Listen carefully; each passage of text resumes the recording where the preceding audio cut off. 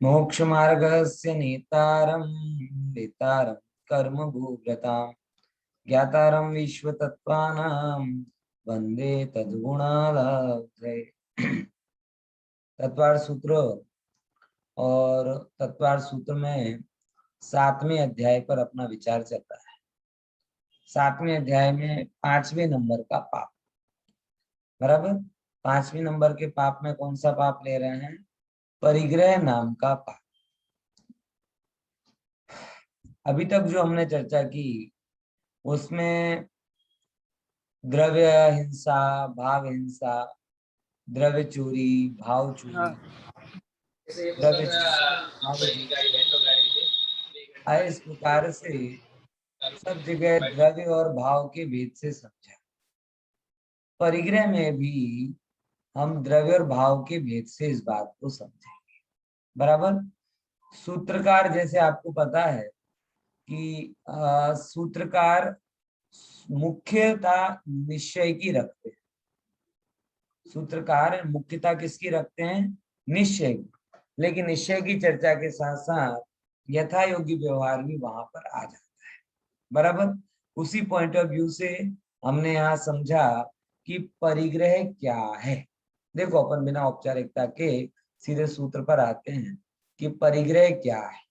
सामान्यतः हमें ये लगता है कि परिग्रह मतलब जो बाहर की वस्तु है, लेकिन तत्वार्थ सूत्रकार परिग्रह को थोड़ा अलग तरीके से डिफाइन करते हैं। ठीक है, 70 नंबर का सूत्र है, मेरे साथ में आप दोहराएंगे। मूर्छा परिग्रहा, बोलो। मूर्छा परिग्रह। बराबर, कि मूर्छा परिग्रह है। देखना, यहाँ किसी वस्तु के नाम को परिग्रह नहीं दिया, समझ में आया? कोई कोई वस्तु परिग्रह है ऐसा नहीं कहा, कोई पदार्थ परिग्रह है ऐसा भी नहीं कहा। यहाँ केवल इतना कहा कि वस्तु मूर्छा है, वो परिग्रह है। अब मूर्छा का मतलब क्या है? मूर्छा का जब भी अपन मतलब लेने जाते हैं तो मूर्छा सर्वार्थ सिद्धिकार समझाते हैं कि मूर्छा मतलब ममत्व परिणाम। क्या बोला? मूर्छा मतलब क्या? मूर्छा मतलब मूर्छा को ममत्व परिणाम। ममत्व का जो परिणाम है वो मूर्छा है।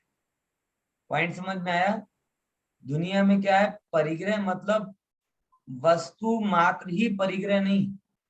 सामान्यतः हमको ये लगता है कि कोई करोड़पति है सो परिग्रह वाला है, और करोड़पति नहीं है सो परिग्रह वाला नहीं है, बराबर। तो ऐसी परिभाषा बनाएंगे तो दुनिया के तमाम भिखारी अपरिग्रह महाव्रती हो जाएंगे। सारे भिखारी कौन से व्रत वाले हो जाएंगे? अपरिग्रह महाव्रती। हाँ बोलो तलबेन, ममत्व परिणाम એટલે શું એમ? તમારો હેન્ડ છે તલબેન? તમારો અવાજ ના, તમારો અવાજ નથી આવતો સરખો. ખબર નહીં ખાલી મને જ નથી કે પછી શું અવાજ આવે છે બધાને? ક્લિયર આવે છે? ઓહ, તો મારો જ પ્રોબ્લેમ છે, સોરી. હા હા, વાંધો નહીં.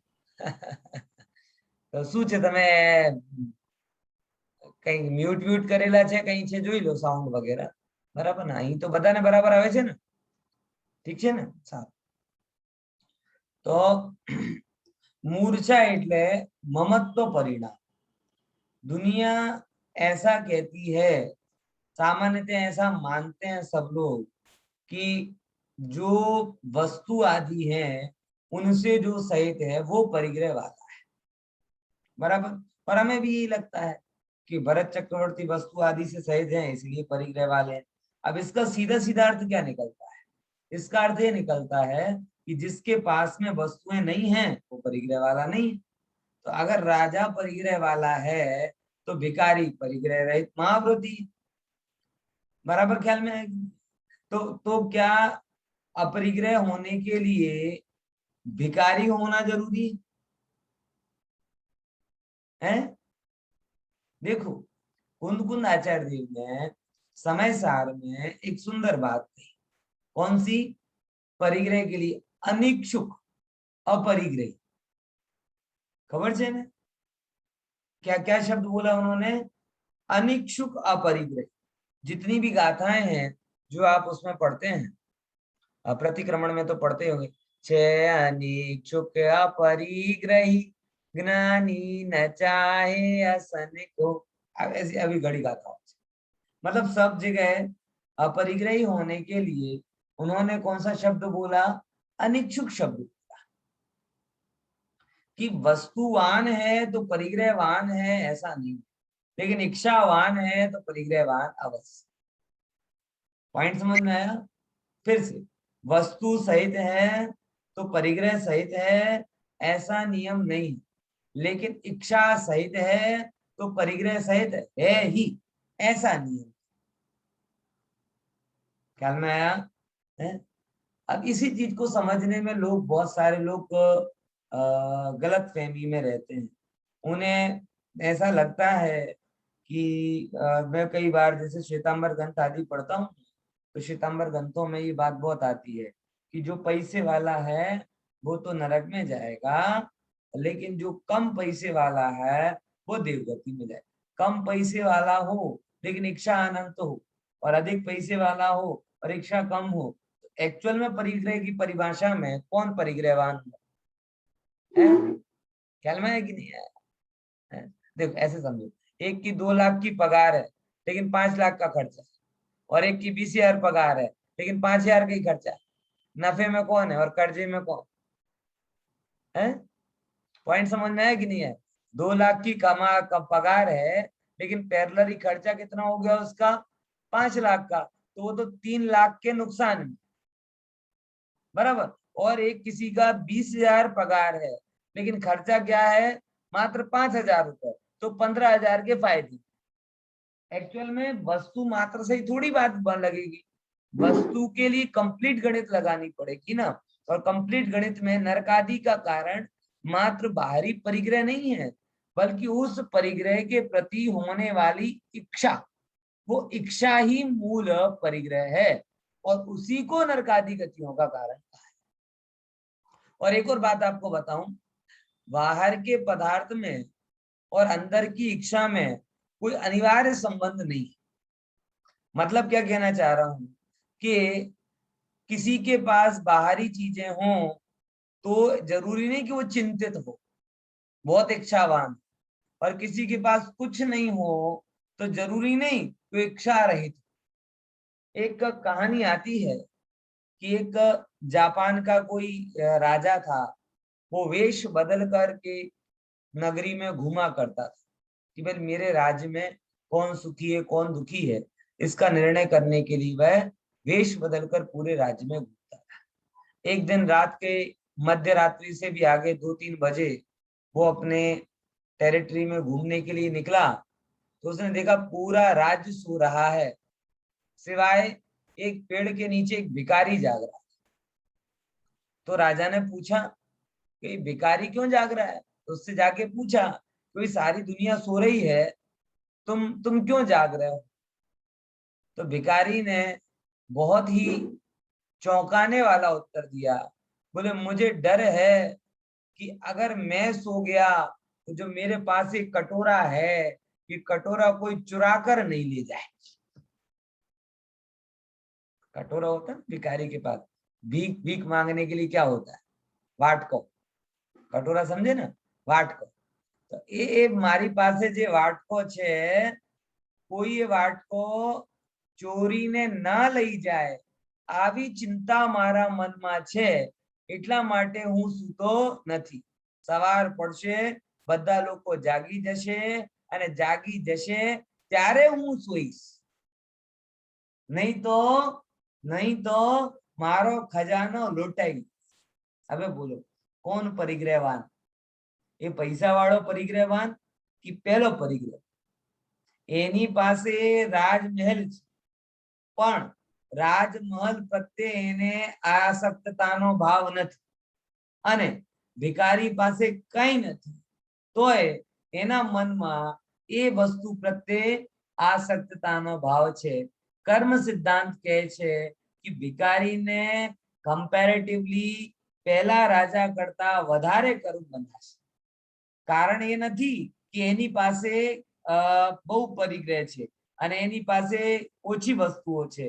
નહીં, પરિગ્રહનો સંબંધ માત્ર અને માત્ર બહારી વસ્તુ જોડે નથી, એનો સંબંધ અંતરમાં મૂર્છા પરિણામ એટલે મમત્વ પરિણામ સાથે છે.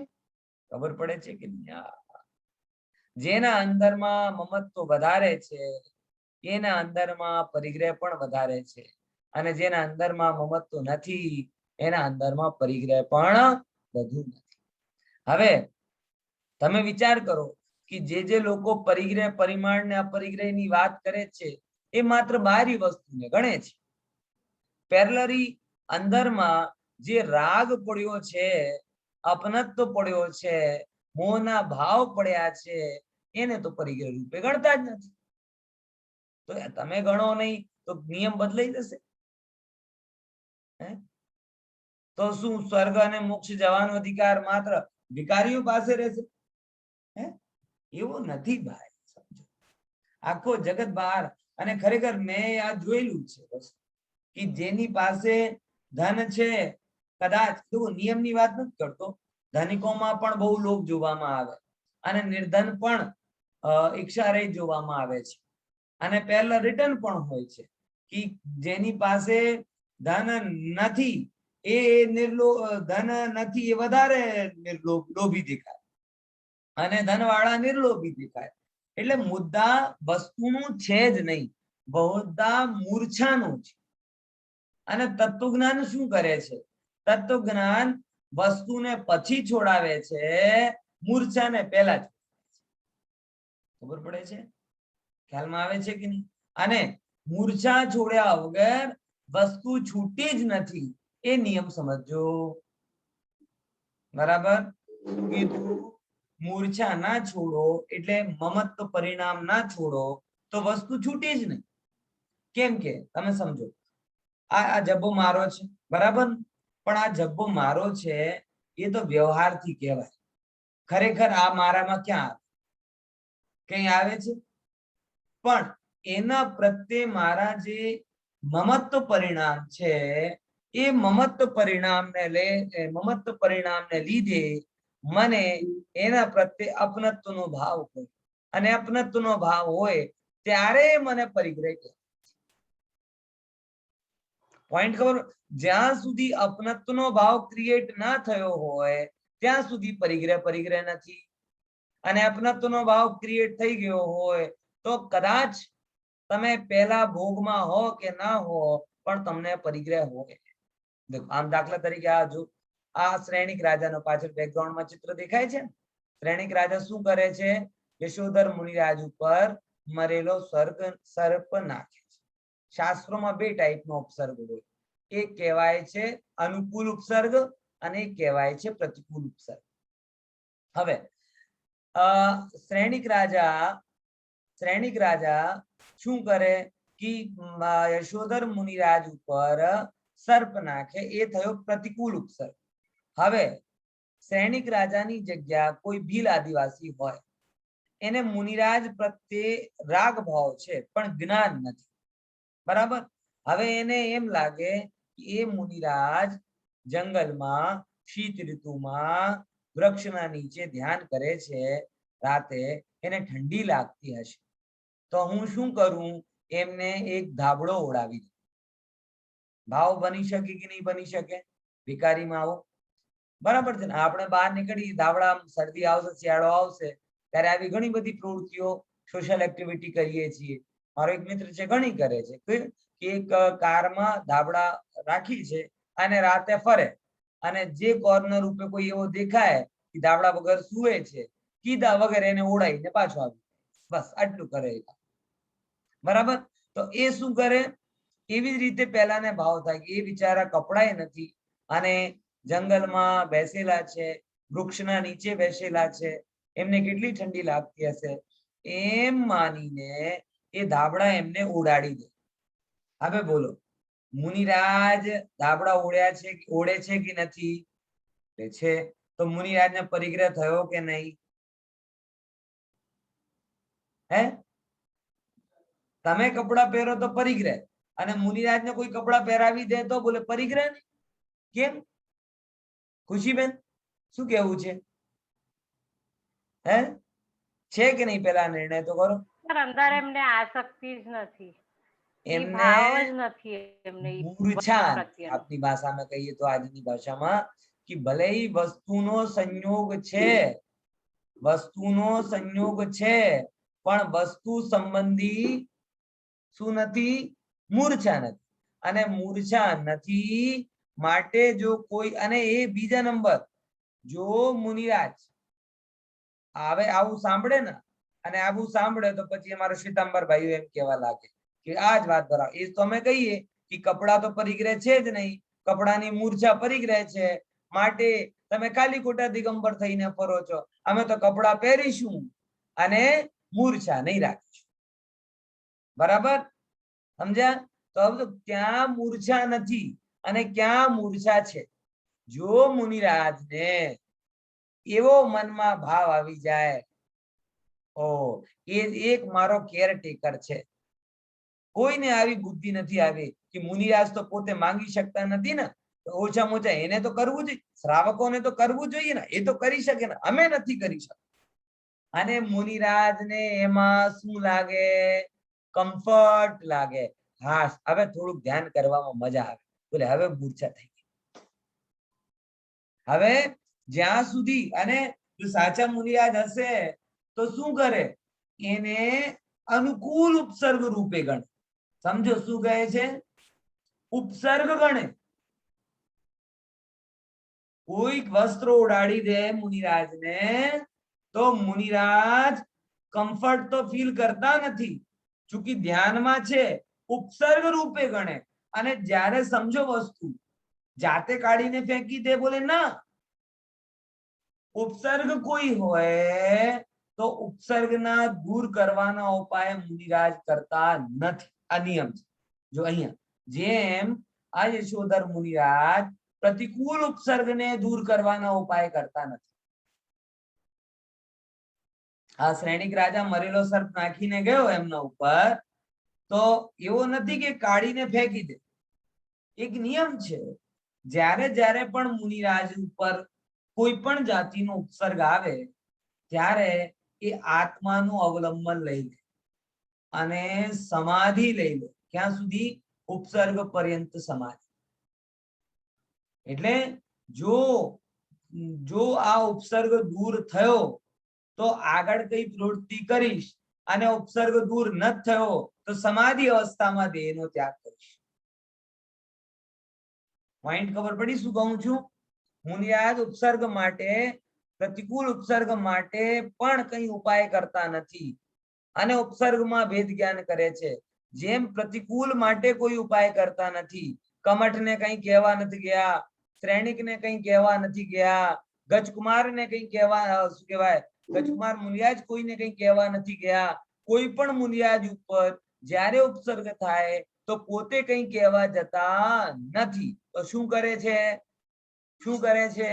બોલે આત્માનું અવલંબન લઈ લે. અને આત્માનું અવલંબન લઈને શું કરે? કે ભેદ જ્ઞાનની ભાવના ભાવે, અને ભેદ જ્ઞાનની ભાવનાથી વારંવાર સ્વસંવેદન કરે. ખ્યાલમાં આવે છે કે નહીં? એ મુનિરાજ કરે છે, બીજું કઈ કરતા નથી. તો જે સિસ્ટમ એ પ્રતિકૂળ ઉપસર્ગમાં કરે છે એ જ સિસ્ટમ અનુકૂળ ઉપસર્ગમાં પણ હોય. એટલે જેમ કે કોઈ કંબલ ઉડાડી દે, કોઈ જેમ કેવાય ને, સીતાના જીવે શું કર્યો હતો? રામના જીવ ઉપર ઉપસર્ગ કર્યો હતો, તો રામ એના ઉપર બગડ્યા નહોતા, તને ખબર નથી પડતી હું અહીંયા આત્માનો ધ્યાન કરું છું તો આ વારંવાર મને ડિસ્ટર્બ કરવા આવે છે. કહી શકતા હતા ને, એ તો એમના ધણી હતા ને પૂર્વ પર્યાયના.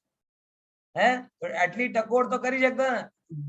શું કહેવાય, સુદબુદ વગરની થઈ ગઈ છે, માતાબારી થઈ ગઈ છે, ખબર નથી પડતી હું મોક્ષ જવાની તૈયારી કરું છું, નીચે પાડે છે.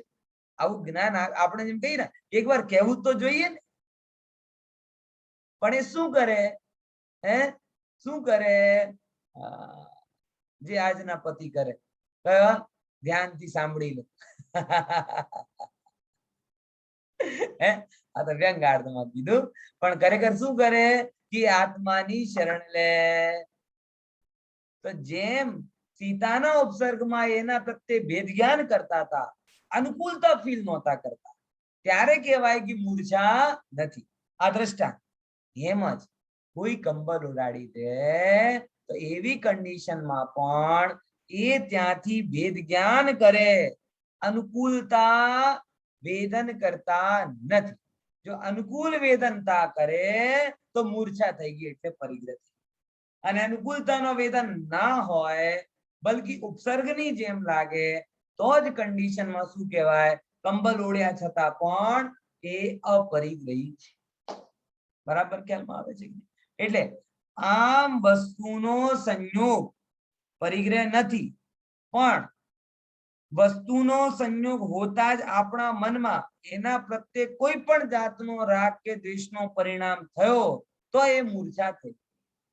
બરાબર. તો સિતંબરભાઈ જો એમ કે અમે વસ્ત્ર પહેરીશું અને રાગ રાખીશું નહીં, એ બનતો નથી. કેમ કે એમનો વસ્ત્ર છે એ કોઈના કોઈ કારણથી જ છે. પહેલા રાગ નહોતો પછી વસ્ત્ર આવ્યો એમ નથી. પહેલા રાગ થઈ ગયો પછી વસ્ત્ર આવ્યો. ખબર પડે છે ને હિતેનભાઈ?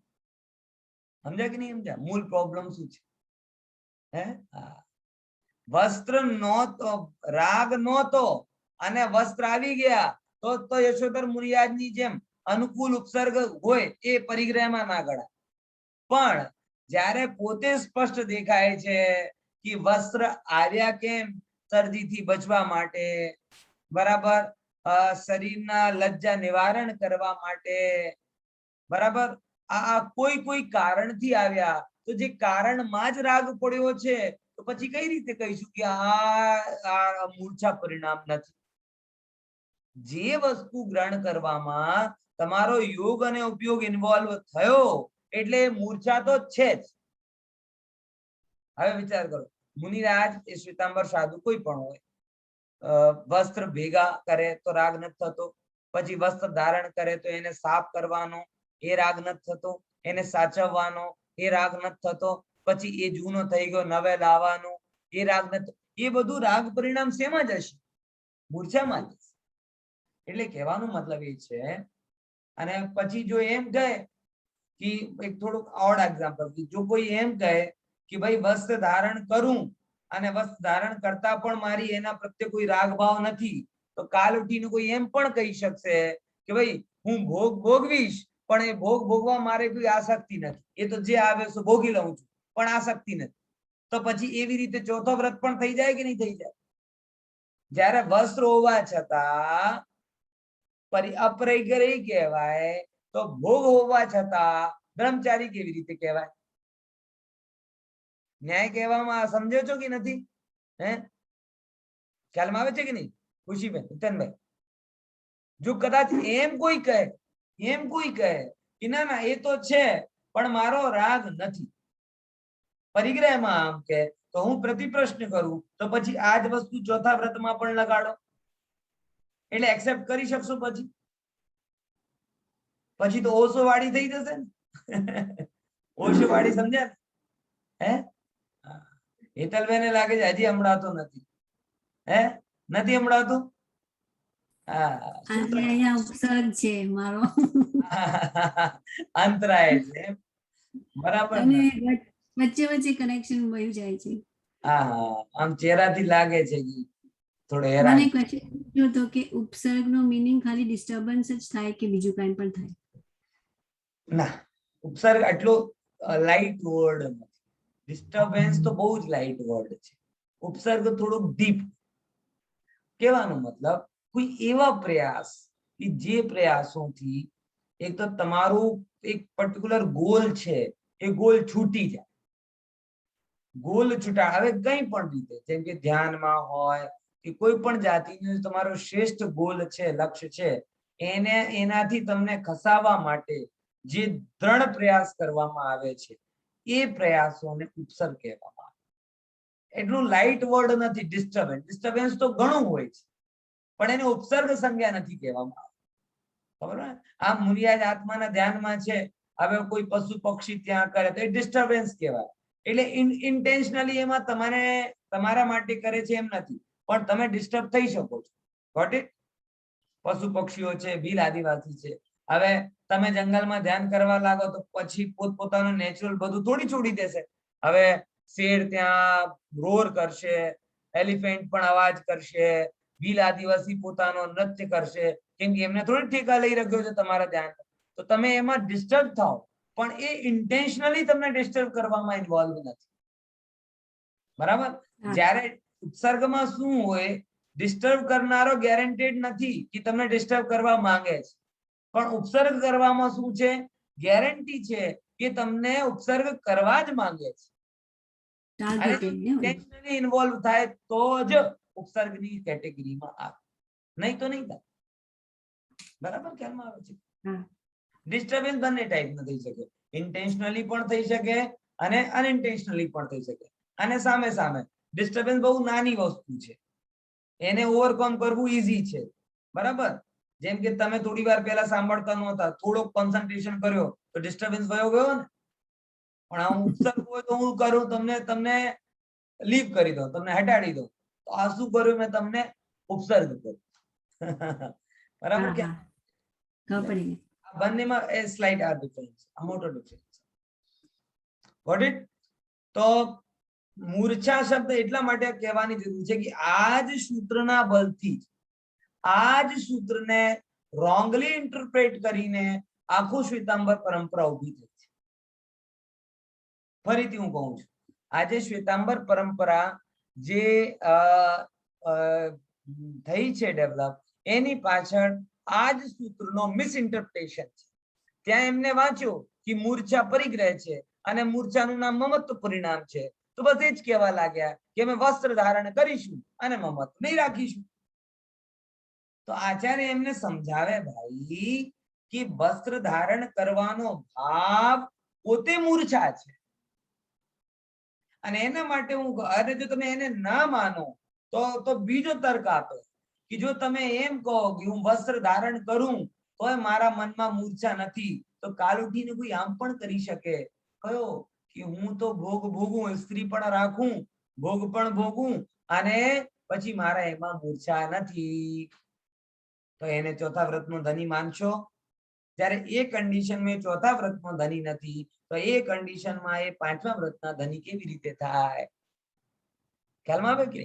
અને બીજા નંબરની વાત કહું, બહુ અગત્યની વસ્તુ છે, વિચારવા જેવી વસ્તુ છે કે એક નિયમ છે, બહારમાં હોય અંતરમાં હોય, એમ સમજો કે બહાર અંતરમાં નથી તો બહારમાં નથી જ, પણ બહારમાં છે એનો મતલબ છે કે અંતરમાં ક્યાંક ના ક્યાંક તો છે જ.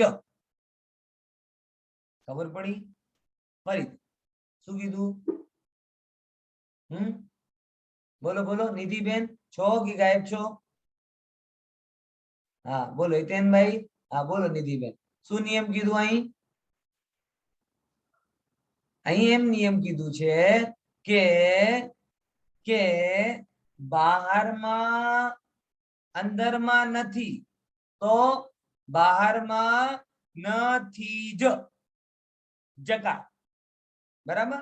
અંદરમાં નથી તો બહારમાં નથી જ, જકાર અર્થ. પણ હવે બીજા નંબર, બહારમાં નથી તો અંતરમાં નથી જ, એની ગેરંટી નથી.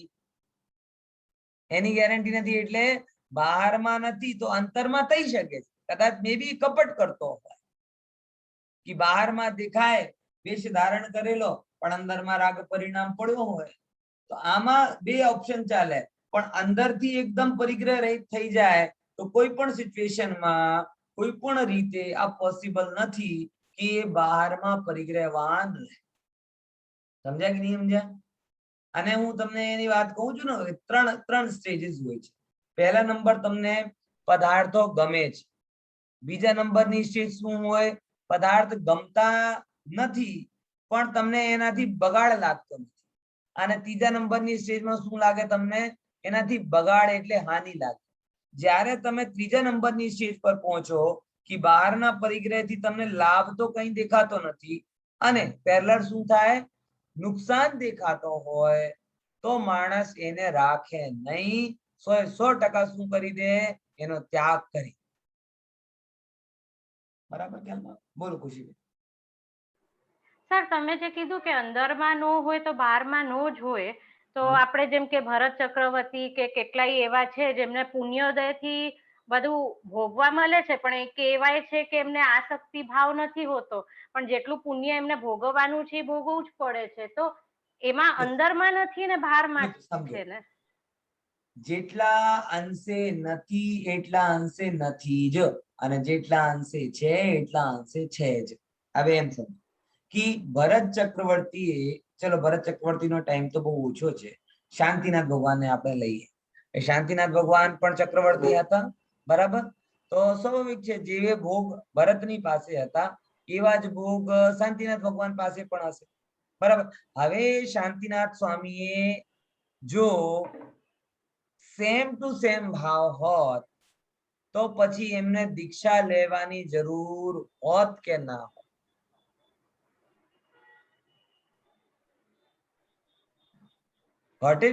એટલે સ્વાભાવિક રૂપે અનાસક્તિ હતી તો જ તો સમકીતિ હતા, પણ એટલા અંશે નહોતી કે હજી એમાં ગમતું જ ના. જો સમજો બે ટાઈપના ભાવ હોય, એક કહેવાય છે મિથ્યાત્વ સંબંધી અને એક કહેવાય છે કષાય. સમજ્યા? બે જાતિના ભાવ હોય ને, એક કેવા કહેવાય, મિથ્યાત્વ સંબંધી, અને બીજા શું કહેવાય, કષાય સંબંધી.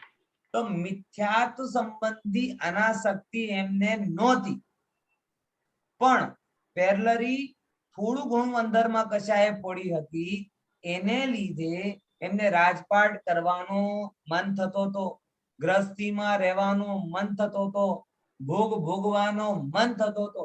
આ તમે વિચાર કરો કે આખો પરિવાર એમનો ઉભો થયો છે, પછી કે ના સહેજ પણ આસક્તિ નથી, તો પ્રેક્ટિકલી એ પોસિબલ છે કે સહેજ પણ રાગ ભાવ થયા વગર તમે એ સંતતિ ઉત્પન્ન કરવાની પ્રોસેસમાં ઇન્વોલ્વ થઈ શકો? બિલકુલ પ્રેક્ટિકલી તમે વિચાર કરી લેજો કે જો, કેમ કે આપણા શારીરિક સંરચના એવી હોય જ છે કે રાગ ભાવ વગર તમે એવી પ્રકૃતિ, એવા ભાવ તમારામાં હોત જ. એટલે એમને જો આખો પરિવાર દેખાય છે એનો મતલબ છે કે એના અંદરમાં પણ એ જાતિના આંશિક ભાવ તો થયા જ હશે, કેમ કે આંશિક ભાવ થયા વગર જ એ પ્રવૃત્તિ થતી નથી, અને પ્રવૃત્તિ એ ફલ દેખાય છે, એનો મતલબ એમાં કારણ થયો હશે. ખબર પડે ને? આ ચોથા થી તમને પાંચમું ઇઝીલી સમજમાં આવે, સમજ્યા? એટલા માટે ચોથાનો એક્ઝામ્પલ આપો કે જેવી રીતે સંતતિ ઉત્પન્ન આદિ કર, એ 100% વાત સાચી. બે ટાઈપના ભાવ હોય, એક તો મિથ્યાત્વ સાધવાળા, એટલે અનંત રાગ, અનંત ગૃદ્ધતા, અનંત જે પડેલો છે એવા ભાવ નથી હોતા. એક ત્રેંચને પણ ભોગવાના ભાવ હોય, મિથ્યાદ્રષ્ટિને પણ ભોગવાના ભાવ હોય, અને સમકીતિને પણ હોય, પણ એકમાં વિવેક નથી. ત્રેંચમાં શું નથી? વિવેક નથી. હે, ઉચિત અનુચિત જગ્યાએ જાય કઈ વિચારતો નથી, મન થાય ને પશુવત પ્રવૃત્તિ કરે. મિથ્યા દ્રષ્ટિમાં આટલો વિવેક છે પણ સાથે ગ્રદ્ધતા અનંત છે, અને સમકીતિમાં ક્રિયા છે પણ ગ્રદ્ધતા, પણ ક્રિયા થાય છે એનો મતલબ એમાં પર્ટિક્યુલર ટાઈપનો રાગ તો અંદરમાં છે જ. કેમ કે રાગ વગર જેમ આ ક્રિયા થતી નથી, તો જેમ ભોગવાની ક્રિયા રાગ વગર થતી નથી, એમ સ્વામિત્વની ક્રિયા પણ આંશિક રાગ વગર થતી નથી. પણ એ બંને રાગ સરખા છે એ નથી કહેવાતું. ખ્યાલમાં આવે છે? એ બંનેમાં ફેર છે. એકમાં અનંત ગણું સંસારનું બંધન છે, એક સમુદ્રની જેમ છે, પહાડની જેમ છે, અને બીજો રજકણની જેમ છે. ખ્યાલમાં આવે છે કે નહીં?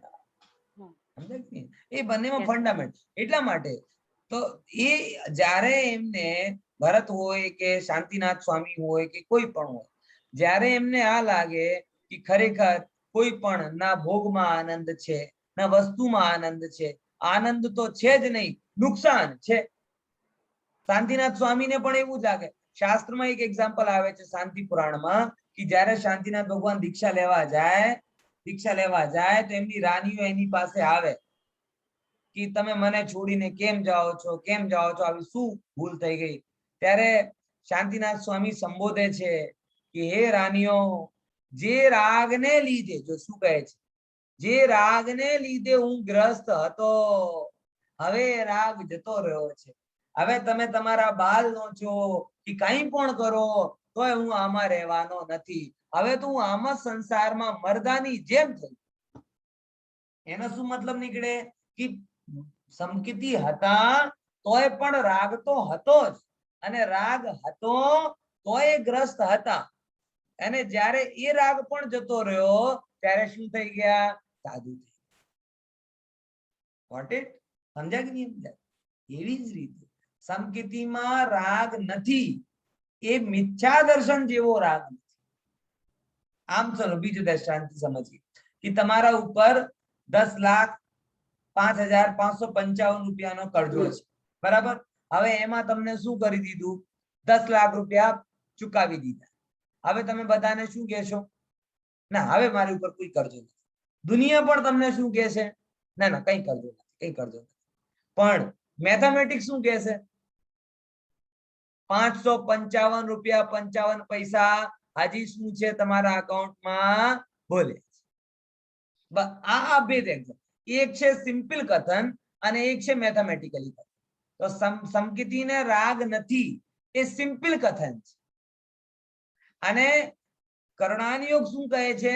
મેથેમેટિકલી 0.55% પણ હશે ને, 5 પૈસાનો કરજા હોય તો કર્ણાનિયોગ કહેશે કે ના, હજી તમારા અંદરમાં રાખ.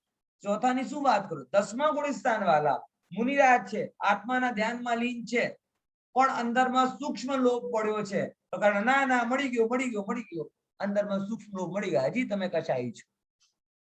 બોલે આ તો કઈ નથી, ખાતાય નથી, પીતાય નથી, બોલતાય નથી, આત્મામાં લીન છે. બોલે ના, અંદરમાં સૂક્ષ્મ લોભ છે ને, એને લીધે તમે કશાય વાળા છો. એ રોંગ નથી, પણ એ સૂક્ષ્મ છે. વાત ખ્યાલમાં આવે છે? તો સમકિતીને રાગ નથી, એક અપેક્ષા કથન છે, અને રાગ છે એ પણ એક અપેક્ષા છે. બંને અપેક્ષાઓ છે અને બંનેને સમજ. અને જે દ્રવ્યાનિયોગ કરતા કર્ણાનિયોગનો કથન વધારે એપ્રોપ્રિએટ હોય છે કે દ્રવ્યાનિયોગ સામાન્ય કથન કરી દે અને કર્ણાનિયોગ કેસ ટુ કેસ કથન. ખ્યાલમાં આવે છે કે નહીં? એ રીતે જેમ કે સિમ્પલ કથન છે, યુકે માં બધા સુખી છે, અમે ઇન્ડિયા વાળા એમ કહીએ કે યુકે માં બધા સુખી છે, પણ યુકે વાળા કે ના ના પંડિતજી, મારા બાજુમાં જે રહે છે ને એની પાસે કઈ નથી. એટલે સમજે ને? તો એ કથન પણ બરાબર છે, ઇન જનરલ કરેલો કથન છે. અને પેલો કેવો છે? આ કેસ ટુ કેસ. તો એ બધા એપ્રોપ્રિએટ છે. આ રીતે અહીં વાત કહેવામાં આવે. તો શ્વેતાંબર સમસ્યામાં એ જ પ્રોબ્લેમ આવી કે એ લોકોને